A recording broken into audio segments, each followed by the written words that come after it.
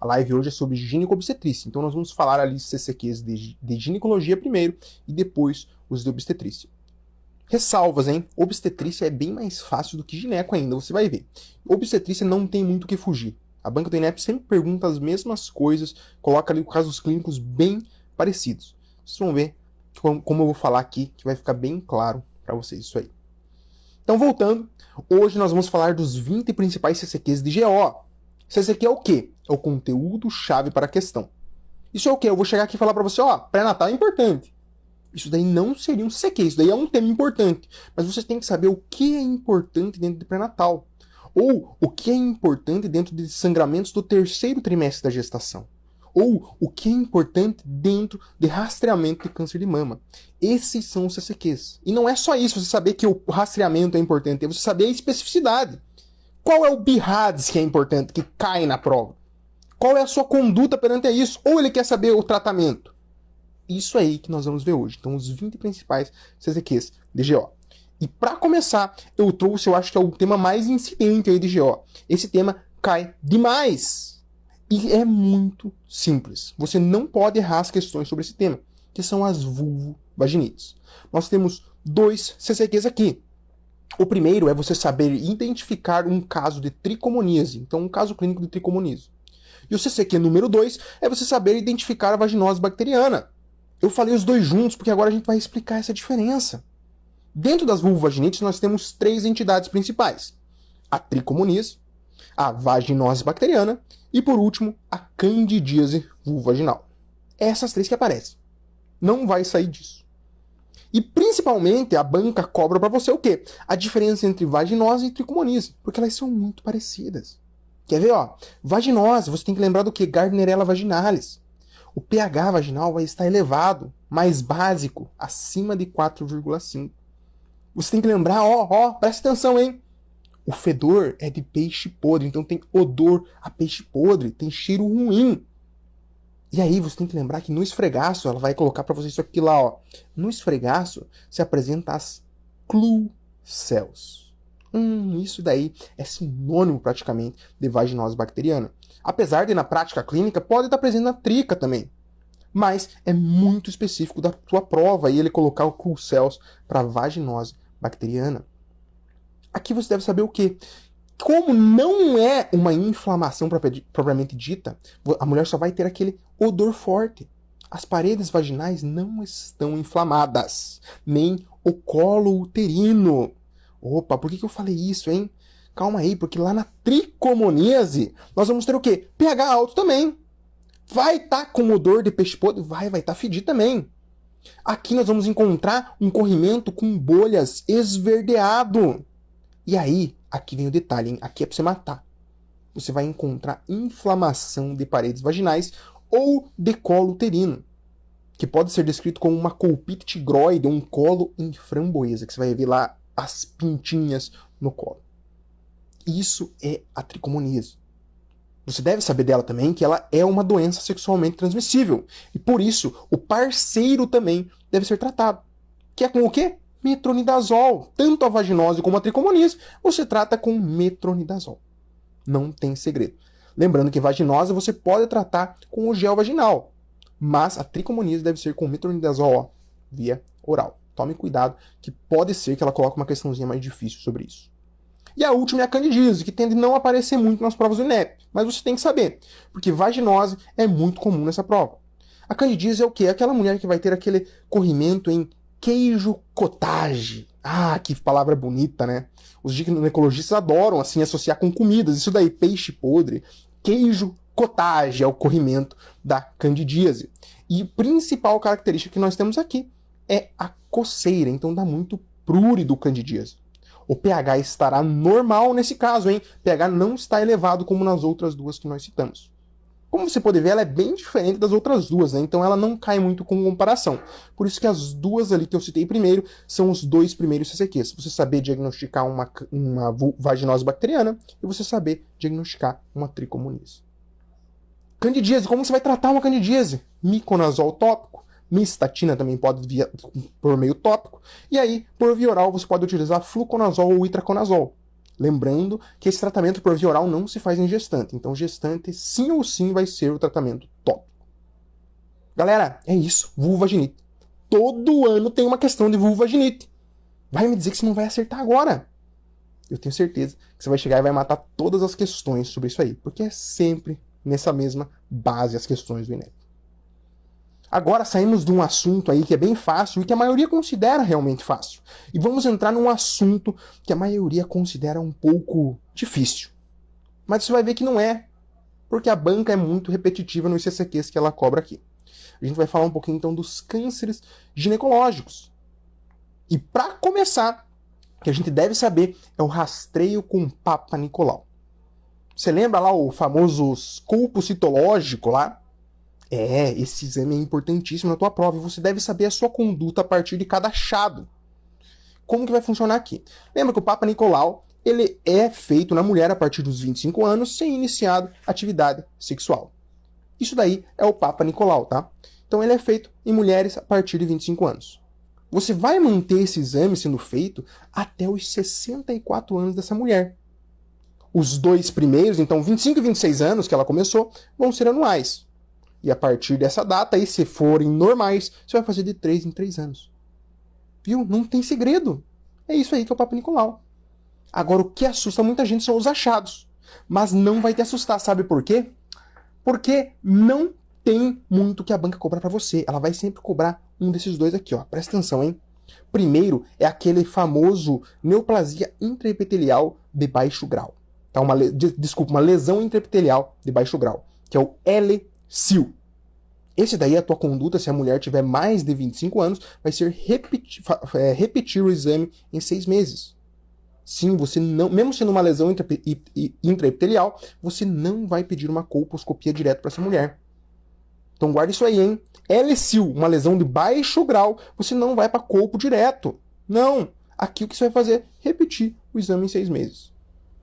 O outro que cai agora, que confunde muito com esse LSIL, é um achado que não pode ser dito como benigno, tá? Nós ficamos em dúvida ali, que é o famoso ascus. Esse ASC, tracinho, usa aí, é o que mais confunde o pessoal, porque nós temos algumas condutas diferentes. Com menos de 25 anos, que não era pra gente ter feito esse Papa Nicolau, mas se fez e saiu um ascus, você vai repetir em 3 anos. Se o paciente tiver de 25 a 30 anos, você fez e teve um ascus, você repete em 1 ano esse Papa Nicolau. E se o paciente tem mais de 30 anos, você vai repetir em 6 meses. Então, acima de 30 anos, vai ficar a repetição o mesmo que o LSIL. Você vai repetir em 6 meses. Facílimo, né? Não tem segredo. Tá, e os outros achados? Eu lembro que tinha AGC, tinha HCIL. Calma, isso daí não costuma cair no INEP. E se cair, praticamente todos a tua conduta vai ser encaminhar para uma colpologia, tá? Que é o quê? Você vai observar lá o cólon com uma lente de aumento e você vai biopsiar áreas suspeitas. Por exemplo, com mosaico grosseiro, com neovascularização. Então, fique esperto aí com esses achados colposcópicos e quando você vai encaminhar. Que o resto, depois de ASC, USE e LSIL, praticamente todos você vai encaminhar para colposcopia. Facílimo, né? Câncer de colo aí é uma coisa que costuma cair muito, principalmente esses achados do exame Papa Nicolau. Aproveitando que nós estamos falando já de um câncer ali perto do útero, ali, né? No útero, praticamente no colo do útero, vamos falar então do câncer de endométrio, que gosta de cair nas provas do INEP também. Esse daqui é aquela mulher obesa, na menopausa. Ela chega lá pra você e fala: doutor, virei mocinha de novo, tô sangrando. Aqui tem uma coisa que pode confundir muitos alunos. Porque a principal causa de sangramento na pós-menopausa Desculpa. A principal causa de sangramento na pós-menopausa é a atrofia endometrial. A mulher, na pós-menopausa, ela tem o quê? Ela tem baixo nível de estrogênio. O que vai acontecer aqui? O endométrio vai atrofiar e vai sangrar. Essa é a principal causa. Mas não quer dizer que nós não tenhamos que investigar. Porque em toda mulher com sangramento na pós-menopausa, a gente deve investigar o câncer de endométrio. E a gente vai investigar isso com uma ultrassonografia transvaginal. Você vai pedir uma ultrassonografia transvaginal e aí ela vai te dar a espessura do endométrio dessa mulher. E aí nós temos duas espessuras que temos que guardar. Uma mulher que não faz uso de terapia de reposição hormonal, se tiver a partir de 5 milímetros, você já vai considerar aí como um achado suspeito e vai encaminhar ela para uma histeroscopia. Histeroscopia é o quê? Você entra com uma câmerazinha lá dentro do útero da mulher e faz uma biópsia. É isso. Então você vai biopsiar com uma histeroscopia.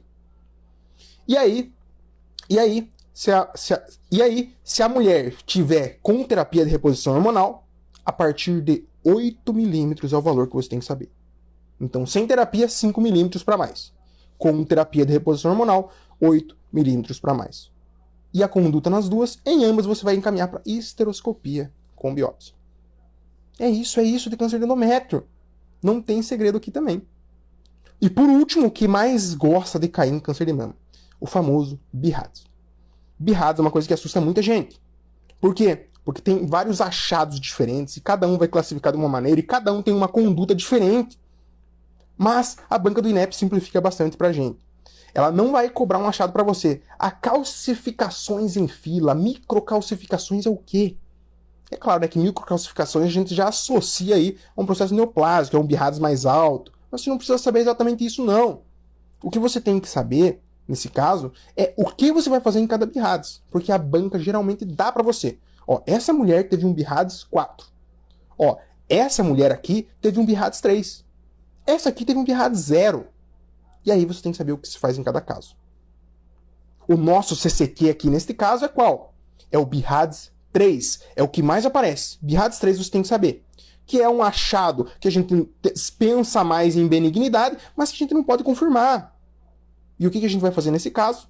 A gente vai repetir o exame aí em 6 meses. Então você tem que ficar esperto nesse BIRADS 3, hein? Você vai repetir o exame em 3 meses. Ah, mas tem tal coisa, vamos biopsiar. Não.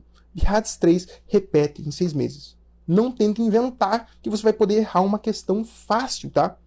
BIRADS 3 repete em 6 meses o exame. BIRADS 4 e 5, o que acontece? Opa, já estamos indo para malignidade. O que a gente vai fazer aqui? Biópsia. Core biópsia. Biópsia com agulha grossa, principalmente. Se for muito pequeno, o nódulo ali, menor de 0,5 milímetros, por exemplo, você pode fazer uma biópsia a vácuo, uma mamotomia. Mas o mais comum é a core biópsia. Biópsia com agulha grossa. Isso daí adora aparecer na tua prova. Tá, e se for BIRADS 1 e 2? 1 e 2, a gente faz o segmento normal. Continua as mamografias bienais, segundo o Ministério da Saúde. E o BIRADS 0, que você falou aí no começo, o que é isso? O BIRADS 0 é quando o exame não consegue detectar o que está acontecendo ali. As mamas são muito densas. E o que a gente deve fazer nesse caso? Aqui a gente vai fazer outro tipo de exame de imagem na mulher, porque o exame que nós escolhemos não identificou bem as mamas dessa mulher. Então a gente vai escolher outro tipo de exame. Você não vai repetir o mesmo, tá? Escolhe outro. É isso, galera. Câncer ginecológico, esses são os 3 CCQs mais importantes. No primeiro é você saber identificar ali a conduta no LSIL, principalmente, que você vai repetir a colposcopia em 6 meses em mulheres maiores de 25 anos. A segunda é você saber identificar um quadro de câncer endometrial, que vai ser o quê? Aquela mulher com sangramento pós-menopausa. Pediu a ultrassonografia endométrio espessado. É esse. Aí que você vai pensar em câncer endometrial. E por último, é você reconhecer a sua conduta diante de um BIRADS 3, que você vai repetir o exame em 6 meses. Falei pra você que não era difícil. Viu? Câncer ginecológico, a banca do INEP costuma cobrar esses 3 CCQs, principalmente. Então, saindo desse tema aí, que é muito importante e muita gente tem medo, e como vocês viram é fácil, a gente vai agora para alguns temas salteados que a banca do INEP gosta de cobrar. E para isso eu vou tomar o tererê da aprovação, porque são temas importantíssimos que você deve conhecer. Tererê da aprovação, hein? Aumenta a chance de aparecer na tua prova de março. 6 de março você vai ver que vai cair uma questãozinha lá, igual esse 6º CCQ que nós vamos estar falando aqui. Então, como 6º CCQ, nós vamos ter aqui uma mulher que chega para você com um exame de VDRL positivo, 1/16, tá? E um FTA-ABS positivo. Opa, sífilis. Esse daí você pegou, né? Sífilis. E aí você olha pra ela assim e fala assim, ó, então, mas você sabe que você tinha sífilis? Você já se tratou alguma vez? Ela olha pra tua cara e fala, o que é sífilis? Eu nem sei o que é sífilis. Ou seja, essa mulher nunca foi tratada para sífilis e a gente não tem ideia de quando começou essa sífilis. Qual vai ser a sua conduta aqui? Isso gosta de aparecer, hein? Quando nós não sabemos o tempo aí de evolução da sífilis, a gente vai fazer o tratamento para uma sífilis tardia, que é aquela com mais de 1 ano de duração, que são 3 doses de penicilina benzatina, 2.400.000 unidades, 1.200.000 em cada nádega. Lembrando que é 1 dose por semana, então semana 1, semana 2 e semana 3. Então sífilis de tempo indeterminado são 3 doses. Ah, mas ela disse que talvez fosse no mês passado. Galera, se nós não temos certeza, a gente tem que fazer o tratamento que vai curar essa mulher, porque sífilis pode vir a se tornar um quadro grave. Então preste atenção nisso, tá? Sífilis indeterminada são 3 doses. Não tem rolo com isso. Aí se for menos de 1 ano, uma sífilis primária, secundária, ou uma latente ali, uma latente precoce, o que a gente vai fazer? Aí é 1 dose só. Deu 1 dose, tá curado, não tem. 2.400.000 unidades, 1.200.000 em cada nádega, acabou. E se for mais de 1 ano? Uma sífilis latente tardia ou uma sífilis terciária? Aí são 3 doses, como essa indeterminada. Então perceba que quando a gente não sabe o tempo, a gente trata como se fosse uma tardia. Não tem segredo. Isso daí gosta de cair na prova do INEP, hein? Grave esse CCQ aí sobre sífilis, que adora aparecer. Continuando falando de infecções sexualmente transmissíveis, a gente não pode nos esquecer aí da famosa DIP, doença inflamatória pélvica. E aqui, o que mais cai na prova do INEP é você reconhecer aí os critérios da DIP, principalmente os maiores. Que são o quê? Os critérios maiores da DIP são os critérios de dor. Nós temos dor em baixo ventre, dor à palpação dos anexos e dor à mobilização do colo. No toque, você faz a mobilização do colo e tem dor. Então, os 3 critérios maiores são o quê? São dores. Dor em baixo ventre, dor à palpação dos anexos e dor à mobilização do colo. Os critérios menores tendem a não aparecer muito, mas leucorreia pode estar entre eles, o achado de clamídia ou gonococo também pode estar entre eles, o aumento de provas inflamatórias em exames laboratoriais.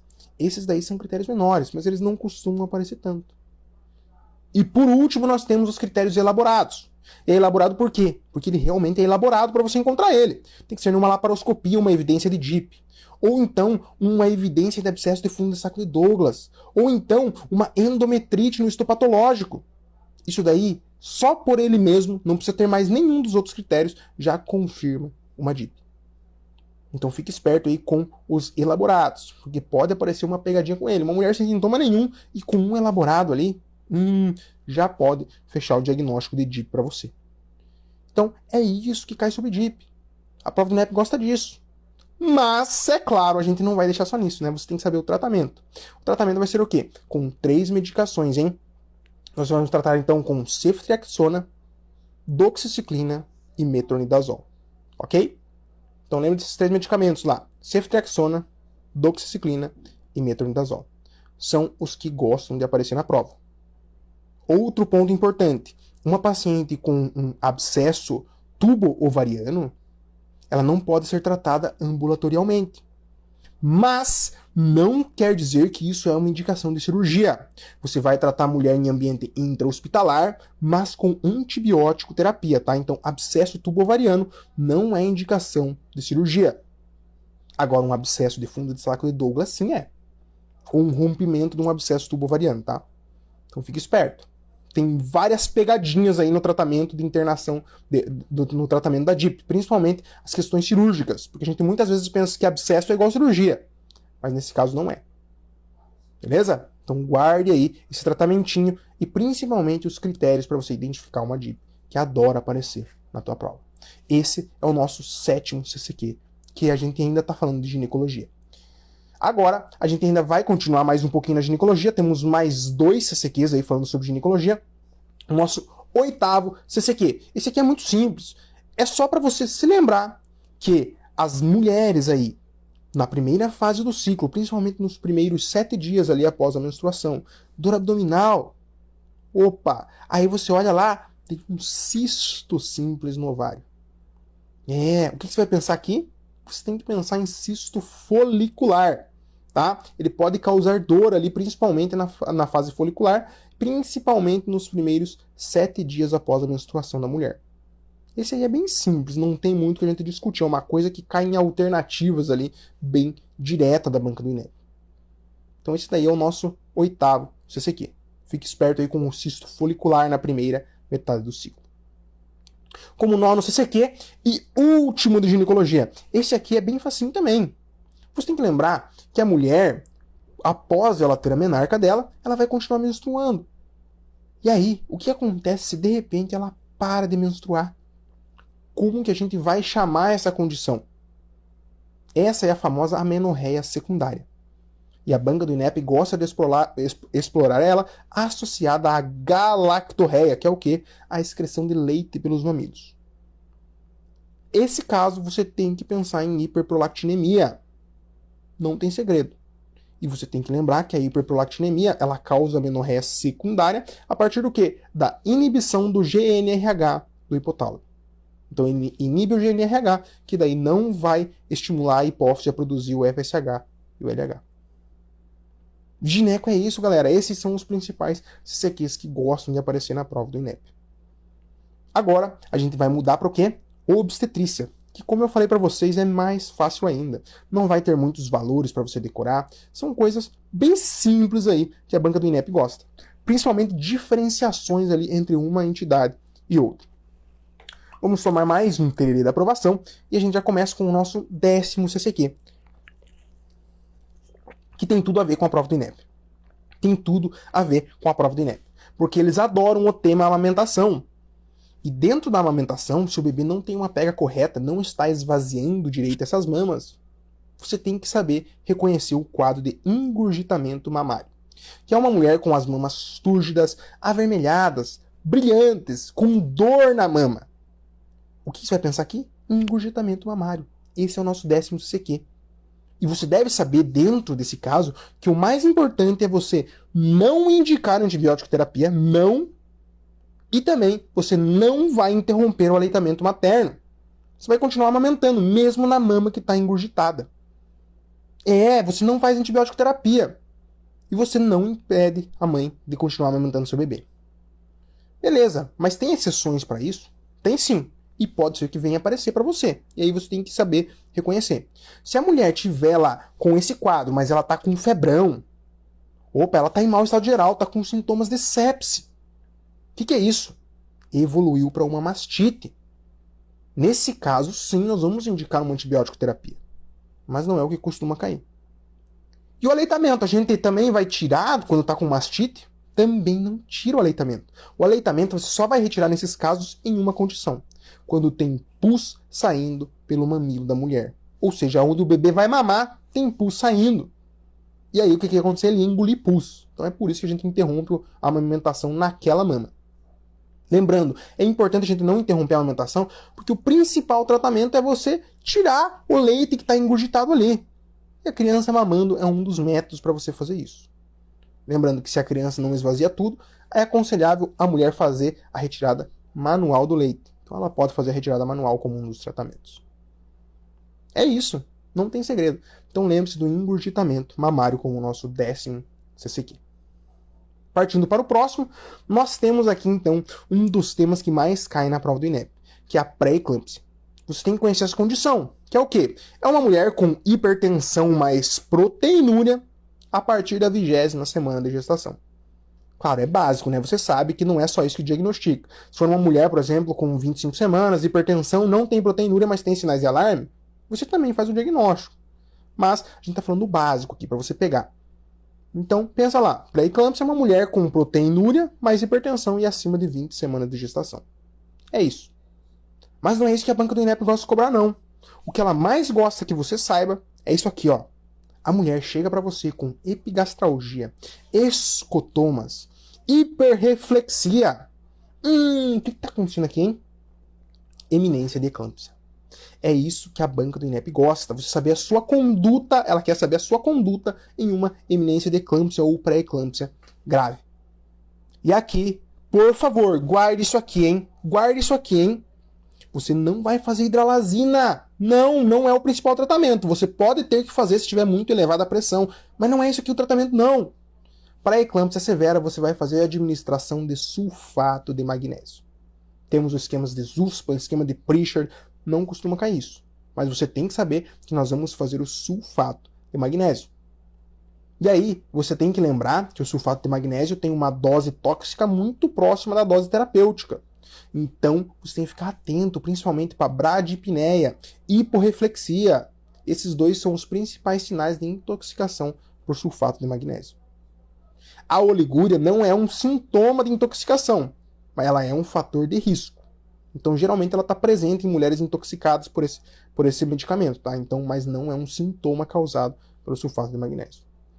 Então, lembre-se, pré-eclâmpsia severa é igual a sulfato de magnésio.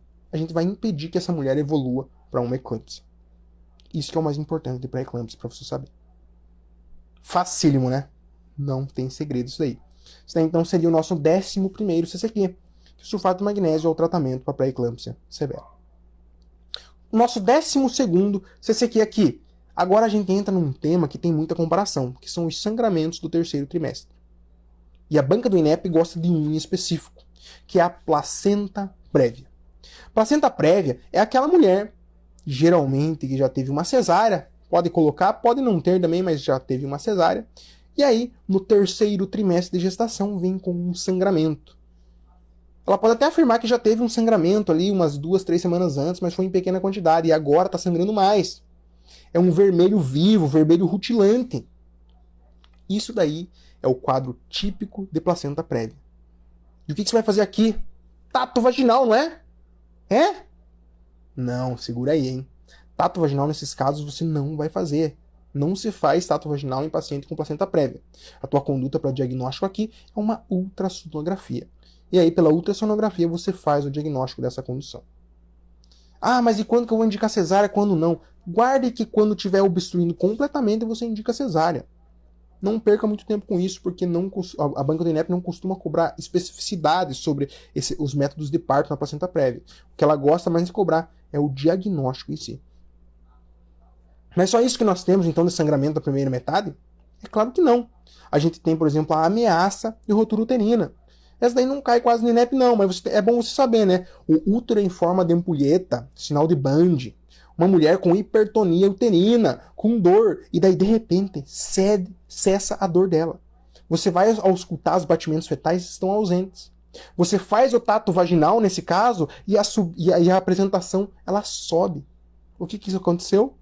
Uma rotura uterina consumada. Então lembre-se, uma mulher que está lá evoluindo no parto, começa com dor, o útero adquiriu forma de ampulheta, muita dor na mulher, hipertonia uterina, e de repente parou essa dor, sem batimentos fetais, a apresentação está subindo no toque vaginal. O que é isso? Uma rotura uterina, que estava em ameaça antes, nessa parte da ampulheta, e se consumou. Outro sangramento da terceira metade, que gosta de fazer diagnóstico diferencial com a placenta prévia, é o desprendimento prematuro de placenta, DPP. Esse daí gosta de aparecer também como diagnóstico diferencial. Como que a gente faz o diagnóstico aqui?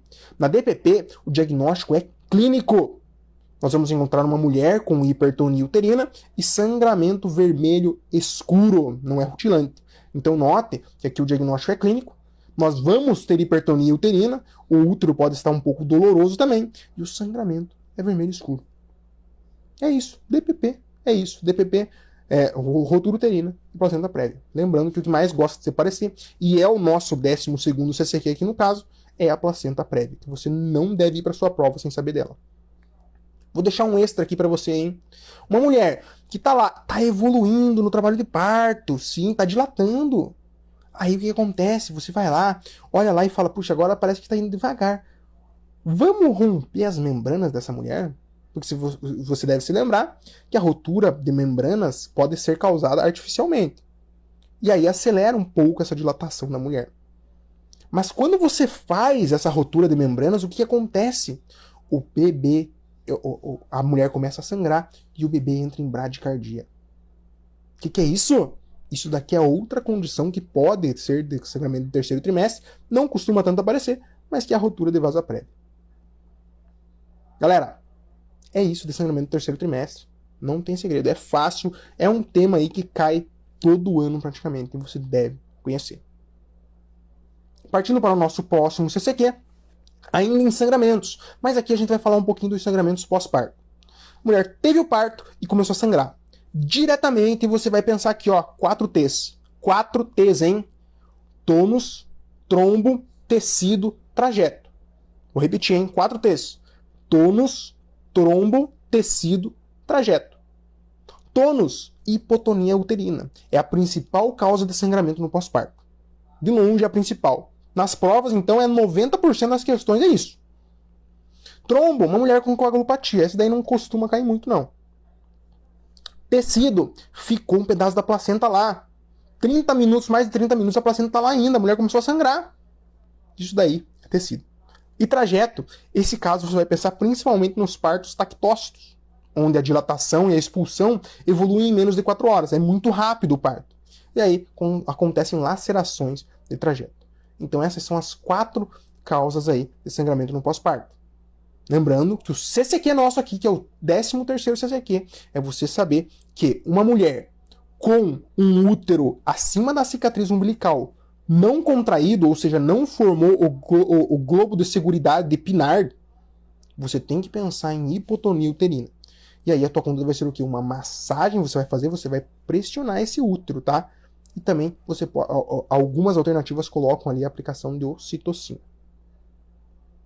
Galera, é isso, sangramento pós-parto. Lembra dos 4 T's que você vai matar todas as questões sobre esse assunto. Fácil, né? De boa isso daí. Agora, vamos para o 14º CCQ. E aqui a gente fala, então, um pouquinho aí de rotura prematura de membranas. Rotura prematura de membranas é uma rotura de membrana que acontece antes do trabalho de parto. Então não é uma rotura de membrana que acontece antes de 37 semanas, não. É antes do trabalho de parto. Fique atento aí com essa definição. E aí, a gente tem uma data específica que vai mudar totalmente a nossa conduta. 34 semanas é a data específica que você tem que conhecer. Você lembra lá que a gente faz o corticoide para maturação pulmonar até 34 semanas, não é? Exatamente. E por que a gente faz isso? Porque estudos mostram que a partir de 34 semanas eles já têm maturidade.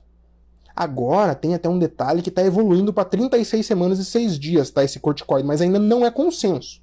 Então guarde 34 semanas, que é o que cai na prova do INEP. Então até 34 semanas a gente tem que segurar um pouco esse bebê para quê? Para fazer a maturação pulmonar. E se tiver mais de 34 semanas? Rompeu membrana, o que eu vou fazer? Parto! Você não vai segurar o bebezinho lá dentro. Não. Parto. Então, ruptura prematura de membranas em maiores de 34 semanas é igual a parto. Menores de 34, aí nós fazemos a tríplice antibiótico terapia, amoxi, ácido e AMP. Seguramos lá o bebê. Esses 3 antibióticos não são para tratar a infecção, não. Esses 3 antibióticos são para aumentar o tempo de latência. Então faz a tripla antibiótico terapia e você faz o corticoide para maturação pulmonar. Mas depois de 34 semanas não tem o porquê, porque não tem indicação de corticoide. Por isso a gente vai proceder ao parto. Então esse aí entra como o nosso 14º CCQ, que é o quê? Rotura prematura de membranas em maiores de 34 semanas é igual a parto. Ok? Fácil, né? Esse 14º CCQ aí. Partindo para o próximo, no 15º, você tem que saber aqui que a mulher que tem abortos espontâneos, lembra qual é a definição de aborto? É uma perda gestacional em um feto menor de 20 a 22 semanas, tá? Geralmente é 20 semanas que utilizam nas provas, e menor de 500 gramas. Tem um detalhe que é menor de 25 centímetros também, mas não costuma aparecer. Então, menor de 20 semanas e menor de 500 gramas. É uma perda fetal. Se tiver uma mulher que perdeu 3 filhos, ela perdeu 3 filhos já, ela já teve abortos com 3 filhos, e esses abortos eles são tardios, eles são com mais de 12 semanas. Ela teve um aborto com 18, com 16 e com 17. Tá regredindo ainda esse tempo aí de aborto dessa mulher. O que a gente deve pensar nesse caso? Você deve pensar em insuficiência e estímulo cervical. E a tua conduta aqui vai ser o quê? Vai ser a cerclagem do colo uterino. O que é cerclagem? É você ir lá e suturar o colo. É exatamente isso. Você vai suturar para segurar o colo fechado lá. Então, fique esperto com isso daí. Que gosta de aparecer às vezes essa conduta aí de cerclagem, tá? Lembrando que existem preditores, tá? Não precisa ser só aborto. Algumas mulheres aí vão ter partos prematuros, com mais de 20 semanas de gestação. Beleza? Mas geralmente o que cai é menos de 20. Mas uma mulher com, por exemplo, teve vários partos prematuros, um com 27, um com 25, um com 23, daí a banca vai lá e dá uma medida de colo uterino para você, menor do que 25 milímetros, opa, você tem que ficar esperto também para incompetência e ritmo cervical. Ok? É isso aí, então, o nosso 15º CCQ. Como 16º, a gente vai entrar aí um pouquinho num conceito que nós temos aí. Parada secundária de descida. Lembra lá do partograma? Aí eu também não gosto. Calma. Eu também não gosto de partograma. Mas você lembra, né? Que o quê? A bolinha é a cabeça do nenê, né? A bolinha é a cabeça do nenê. E o triângulozinho lá, é o quê? É a dilatação. É. E aí você tem que lembrar uma coisa, hein? Quando o triângulozinho do partograma tá lá em cima, no máximo 10 centímetros, que a gente começa a olhar para a cabeça do bebê. Até aquele momento, não olhe para a cabeça do bebê, tá? Senão você vai se confundir. Então olha para o triângulozinho. O triângulozinho chegou no máximo, você começa a olhar para a cabeça do bebê, que é o redondo, a bolinha. E aí, se essa bolinha durante 1 hora se mantiver na mesma posição, nos planos de Dili, que a gente chama no mesmo plano de Dili, a gente pode chamar de uma parada secundária de descida. E a tua conduta aqui, claro, você deve observar as contrações da mulher, mas com uma parada secundária de descida, você está exatamente igual ali o nível de Deli, você vai fazer então um parto cesáreo. Ok? Então essa daí seria a parada secundária de descida. Não tem muito segredo também não. A única coisa é você não se assustar ao ver um partograma. Olha primeiro os triângulozinhos. O triângulozinho está no máximo, opa, vou olhar agora a cabeça do bebê. Aí você vai olhar para as bolinhas. E aí você vê principalmente os planos de Dili. E nos planos de Dili você vai identificar. Se já está 1 hora no mesmo, opa, é uma parada secundária de descida. Vamos ter que tomar uma conduta mais drástica nesse caso. Facílimo, né? Isso daí também não tem segredo nenhum. Como 17º, desculpa aqui, CCQ que nós temos sobre GO, não revalida, seria sobre o Streptococcus do grupo B. Você deve lembrar que o Streptococcus do grupo B é uma das principais causas de sepse neonatal. E aí a gente tem uma indicação de rastreamento universal a partir de 35 semanas. A gente faz lá um swab ano-vaginal. E se der positivo, essa mulher vai necessitar de profilaxia aí anteparto. Essa é o nosso CCQ. Mas não é só isso que você tem que saber, não. Você tem que saber algumas outras indicações de profilaxia, mesmo sem esse swab positivo. É claro, se o swab deu negativo, você não vai precisar fazer, tá? Mas, olha as exceções, hein? Se a mulher apresentou sepse neonatal em gestação anterior por esse Streptococcus, ou ela apresentou bacteriúria na mesma gestação por esse Streptococcus, ou ela está em trabalho de parto prematuro, menos de 37 semanas, ela está com febre, ela teve uma rotura prematura de membranas com mais de 18 horas de evolução, e você não fez o rastreio nessa mulher, não deu tempo ainda de você fazer esse rastreio, você vai fazer a profilaxia do mesmo jeito. Ok? Então o que mais gosta de cair é principalmente ali os sinais de risco, que é o que? Uma mulher com menos de 37 semanas, com febre, com ruptura prematura de membranas mais de 18 horas. Você vai fazer então a profilaxia do mesmo jeito. Ok? Lembrando então, hein, mais duas aqui que você tem que lembrar. Feto anterior, então bebê anterior com sepse neonatal por causa do Streptococcus grupo B, ou bacteriúria na gestação atual, nesta gestação, por Streptococcus do grupo B, também é indicação de profilaxia. Então fique esperto aí que gosta de aparecer esse Streptococcus do grupo B. Principalmente no INEP, se o swab der negativo. Se o swab deu negativo em 35 e 37 semanas, você não precisa fazer a profilaxia. Fácil, né? Outra fácil aí. Então você pode ver, obstetrícia é muito mais fácil do que ginecologia. Ginecologia tem muitos aspectos para você decorar, tipos diferentes, apesar do INEP quase sempre cobrar a mesma coisa. Mas tem algumas coisinhas que você tem que decorar. Agora, em obstetrícia, não, é muito simples. É isso ou é isso. Não tem segredo aqui. Nosso 18º CCQ aqui, nós continuamos em obstetrícia, e aqui é um ponto muito legal, tá? Você lembra da isoimunização RH, que pode dar a famosa eritroblastose fetal? Ah, como é famoso, né? O bebezinho amarelo lá. Calma, isso daí não costuma cair tanto. O que costuma cair é saber a sua conduta durante o pré-natal em uma gestante com RH negativo. Então, para ter uma isomielização RH, a gestante, a mãe, tem que ser RH negativo. E o bebê tem que ser positivo. Ok, entendemos isso. Mas, como o bebê está lá dentro, pela mãe ser RH negativo, a gente vai pedir um exame para ver que tipo sanguíneo o bebê tem para todas as mães? É claro que não, né? A gente não vai fazer isso. E é por isso que a gente deve detectar aí algumas coisinhas, peculiaridades aí, que nos dizem que esse bebê está sendo, sim, atacado pelos anticorpos maternos ou não. Primeiro, a gente tem que saber se a mãe é sensibilizada a essas hemácias do bebê, que é por meio do cumbis indireto. Lembra? Cumbis indireto é na mãe, cumbis direto é no recém-nascido.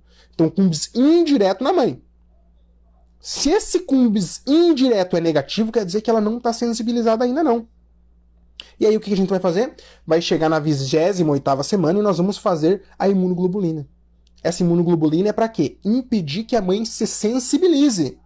Ou seja, se ela já é sensibilizada, a gente não faz imunoglobulina. Beleza? Guarde isso aí, hein? Se ela já é sensibilizada, não se faz imunoglobulina mais. Ok, aplicamos então na 28ª semana. Era uma mãe não sensibilizada, aplicamos a imunoglobulina. Chegou na 36ª semana, fizemos outro cumbis indireto. E aí o que aconteceu? O cumbis indireto veio positivo aqui, hein? Veio 1/4. Sensibilizou. Já era. Não, galera. A imunoglobulina, ela tende a deixar esse cumbis indireto positivo por um tempo.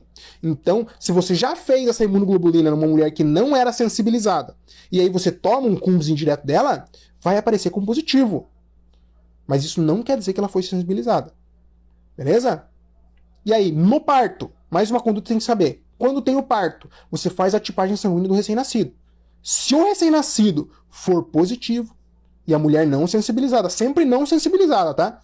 A gente vai fazer a imunoglobulina nela também. Então, não sensibilizada a mãe, que você faz a imunoglobulina. Se ela já estiver sensibilizada, a gente vai fazer rastreio de anemia fetal. Ok? Que é pelo quê? A gente vai fazer principalmente pelo Doppler de artéria cerebral média, com medida da velocidade ali da artéria, de fluxo sanguíneo na artéria cerebral média. É isso que você tem que saber sobre imunoglobulina e imunização RH. Então lembre-se, quem vai receber imunoglobulina é a mãe não sensibilizada. Se estiver sensibilizada, não se faz imunoglobulina. Você já faz o rastreio da anemia e, se tiver muito alta essa velocidade cerebral da artéria cerebral média, você vai fazer transfusões do recém-nascido intraútero, sim. É intraútero mesmo que você consegue fazer já essas transfusões, se for necessário, é claro. Então esse daí foi o nosso 18º CCQ. A gente tem mais 2 agora aqui. Eu vou tomar mais um tererê da aprovação, porque nós temos aqui, eu acredito que são um dos 2 temas mais importantes aí dentro da prova de obstetrícia. Então vale um tererezinho da aprovação, hein? Pessoal, nosso 19º CCQ é você saber diagnosticar um diabetes mellitus pré-gestacional. E dá para diagnosticar isso durante a gestação? Olha, tem a glicemia elevada na gestação, não é gestacional? Não. E nós temos valores padronizados para isso. Calma lá, vamos do começo. No pré-natal, toda gestante, a gente vai chegar lá e vai pedir para ela uma glicemia de jejum no primeiro trimestre. Se essa glicemia de jejum vier menor do que 92, então menor, 92 para cima, já não entra. Então, menor do que 92, ela não tem diabetes. O que a gente vai fazer? A gente vai proceder a fazer um teste de tolerância oral à glicose entre 24 e 28 semanas. Ok. E se a glicemia veio 92 ou maior? Aqui você tem que decorar mais um número, hein? Se a glicemia veio de 92 até 125, opa! Isso daí é um diabetes gestacional. O que a gente vai fazer aqui? Vai repetir o teste de tolerância? Não. Aqui já fechou o diagnóstico. Aqui você já vai para as condutas no diabetes gestacional. Lembrando, a gente sempre tenta controlar primeiro com dieta e exercício físico. Se esse não funcionar, a gente vai proceder para a medicação. A única liberada pelo Ministério da Saúde é a insulina. Apesar de que a metformina aí já está querendo entrar, mas ainda não entrou. Então, nada de metformina, hein? É insulina que o Ministério da Saúde preconiza para tratar essas mulheres, se necessário. Beleza, mas até 125. Mas a mulher teve uma glicemia de 126. Não é o mesmo parâmetro que a gente usa para o diabetes mellitus normal, ali fora da gestação? Exatamente. E é isso que você diagnostica. Então, se a glicemia em jejum ali da mulher der 126 ou maior, você diagnostica um diabetes mellitus prévio à gestação. E esse é o principal CCQ sobre diabetes que gosta de cair na prova do INEP. Quando que a mulher tem um diabetes gestacional e quando que a mulher tem um diabetes mellitus prévio à gestação. Lembrando, diabetes gestacional, uma das principais complicações é a polidramia. Lembre-se disso. Agora, o diabetes pré-gestacional, você tem que lembrar que o diabetes é uma doença vascular, principalmente. E o que acontece? A vasculatura da mulher vai estar insuficiente, não vai estar fornecendo os aportes necessários para a placenta. Então, aqui, as principais alterações que teremos serão malformações. Então, tome cuidado aí com essas diferenças aí de afetação fetal entre diabetes gestacional e diabetes pré-gestacional. Esse é o nosso 19º CCQ. E por último, o 20º CCQ, um tema quentíssimo que eu acho que todo ano cai a mesma questão. Eles só mudam um pouquinho dos dados ali, mas todo ano cai essa questão aqui, ó. Presta atenção, hein? Uma mulher vai no seu primeiro consulta de pré-natal.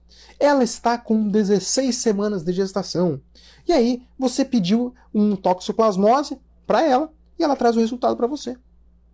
E aí você observa a sorologia de toxoplasmose e tá IgG e IgM positivo. E agora? Porque eu lembro, IgM é o anticorpo que ele foi produzido mais precoce, né? Faz pouco tempo que ela teve a infecção IgM. E o IgG seria mais um anticorpo crônico. Se os dois são positivos, é crônico ou agudo isso aqui? É aí que você tem que decorar as 16 semanas de gestação. Eu já coloquei a gestante em 16 semanas para te ajudar com isso. Uma gestante até 16 semanas de gestação que apresentar um IgG mais IgM positivo para toxoplasmose deve passar pelo teste da avidez. Isso aqui confunde muita gente, hein? Então presta atenção. Você vai lembrar esse teste da avidez do IgG, tá? Não é do IgM, é do IgG a avidez, como uma amizade. E uma amizade, ela se torna mais forte conforme o tempo vai passando, não é? A pessoa que você ficou amiga ontem é mais sua amiga ou o teu amigo de 10 anos atrás que você conheceu quando você era criança? O teu amigo de 10 anos atrás, né? Você confia muito mais nele. É isso que o teste da avidez faz. Ele vê a amizade do IgG ali. Quanto mais alto, então, quando a avidez for alta, nós teremos o quê? Uma doença mais antiga. Então, se a avidez for alta e a mulher tiver até 16 semanas de gestação, a gente pode dizer que a doença foi prévia à gestação. E ela não tem risco de toxoplasmose. Agora, se o teste da avidez for baixo, ou a mulher for diagnosticada com esse IgM e IgG positivo aí na 24ª semana de gestação, por exemplo, ou 18ª, para cima de 16 semanas, aí não. Aí a gente já considera uma infecção na gestação atual que ocorreu no primeiro trimestre. E a gestante deve ser tratada. Lembrando que esse diagnóstico aí de infecção no primeiro trimestre pode ocorrer também por uma alteração de sorologia. A mulher tinha sorologia negativa e virou positiva. Opa, infecção aguda, não tem segredo nisso aí. Mas o que costuma cair é esse teste de avidez. Ele adora cair. Se nós diagnosticamos então a infecção na mulher, hein? O que a gente vai fazer? Espiramicina, tá? Agora, se conforme o tempo for passando, a gente identificar alterações compatíveis no feto, aí a gente vai tratar o feto também. Que é a pirimetamina, sulfadiazina e ácido folínico. Então a gente vai entrar com 3 medicações aí para tratar o feto junto. Se o diagnóstico for para cima de 30 semanas, a gente já pode iniciar direto com essas 3 medicações, tá? Então, fique atento com isso que talvez possa ter uma alternativa sugerindo isso para tentar te enganar. O que você deve saber aqui é o teste de avidez. O teste de avidez, então, é um teste de amizade do IgG. Quanto mais tempo o IgG está de amizade ali com o teu corpo, o que acontece? O teste de avidez vai ser mais alto. E isso indica o quê? Uma infecção crônica. Galera, Era isso, os 20 principais CCQs de gineco-obstetrícia. Lembrando, os primeiros 9 foram de ginecologia, e depois os outros foram de obstetrícia. Obstetrícia cai todo ano praticamente as mesmas questões, então tome muito cuidado com essa matéria, porque você tem que saber o que foi falado aqui.